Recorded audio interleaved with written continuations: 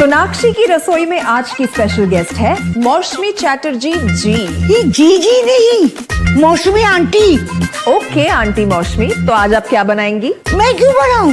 मैं तो गेस्ट हूँ, आप बनाओ हम खाएंगे। एक्टिंग में तो हिट हो, अब खाना बनाओ सुपर हिट। ठाट से बनाऊंगी खाना, है ना द बेस्ट एवरीडे मसाला।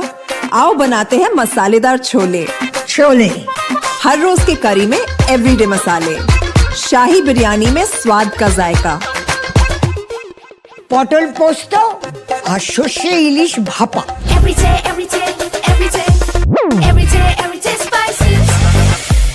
साफ मसाले, खुशबू और प्योर झाग, टेस्ट से भर दे हर जुबान पे स्वाद। एवरीडे मसाले, देश का स्वाद।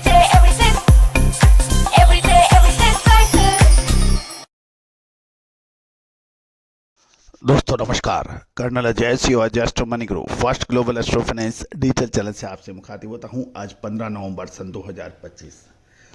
दोस्तों, यूनाइटेड स्टेट ऑफ अमेरिका की world estimated supply and demand estimate जो आया है, world agriculture supply and demand estimate जो आया है, उससे कॉटन बाजार में एक हड़कंप सा मच गया है। कुछ चिंताएं बढ़ गई हैं। दोस्तों, सफ़ेद सोना यानी कॉटन, कपास, इसका सदियों से भारत अग्रणी स्थान रहा है, लेकिन वर्तमान समय में भारतीय कपास के दाम अंतर्राष्ट्रीय बाजारों की कपास के दाम से ऊंचे हैं। साथ साथ एक्सपोर्ट की समस्या को परिधान यानी टेक्सटाइल में चलते इसके अंदर चिंता के बादल हैं। दूसरी ओर देखने का ये भी मिल रहा है कि बड़ी मात्रा में कपास का आयात दूसरे देशों से हो रहा है, क्योंकि अंतर्राष्ट्रीय बाजारों में कपास के दाम सस्ते हैं भारतीय कपास से। 31 दिसंबर तक जो 11% ड्यूटी का जो फ़ायदा है, उसको देखते हुए अनुमान लगाया गया है कि नवंबर दिसंबर में जमकर आयात होगा। ये लगभग 40 से 45 लाख बेल्स का पूरा आयात का एक एस्टिमेशन दिया गया है। दोस्तों, जानिए पूरी रिपोर्ट विस्तार से। लेकिन दोस्तों, हमेशा व्यापार में कहा जाता है जो दिखता है वो होता नहीं, जो होता है वो दिखता नहीं। आपको याद होगा साल 2022-23, 23-24, 24-25, अब 25-26 हमने जो आपको कपास के यानी कॉटन के जो अग्रिम अनुमान दिए वो सत्य साबित हुए हैं। अब क्या माल खरीदने का समय है या फिर इंतजार करने का, ये एक महत्वपूर्ण सवाल है। जानिए रिपोर्ट विस्तार से।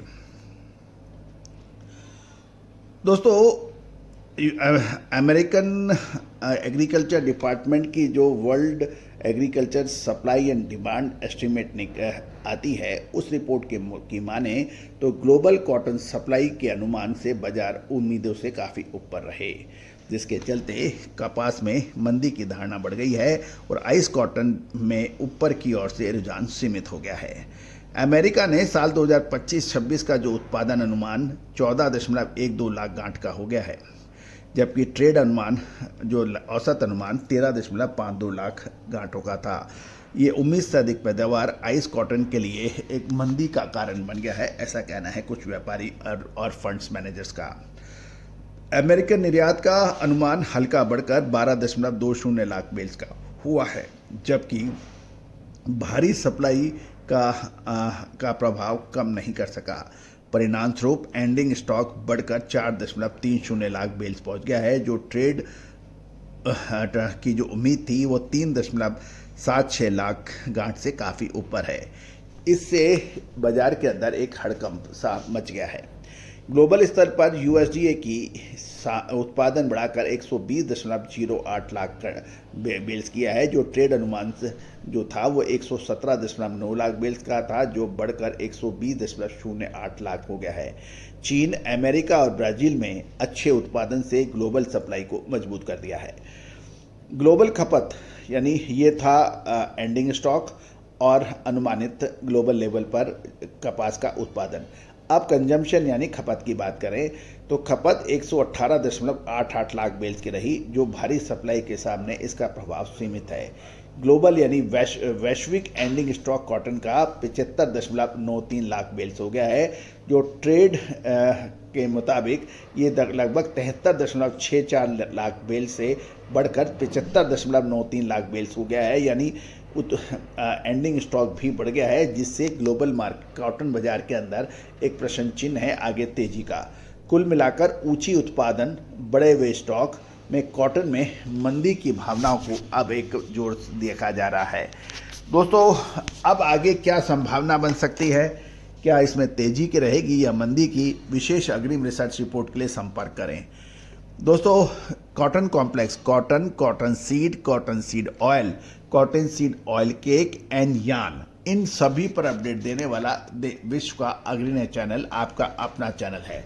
दोस्तों, इंडियन सिस्टम ऑफ एनालिसिस और फंडामेंटल एनालिसिस का जब अद्भुत संगम बनता है तो निश्चित रूप से आपको चमत्कारी रिजल्ट मिलते हैं।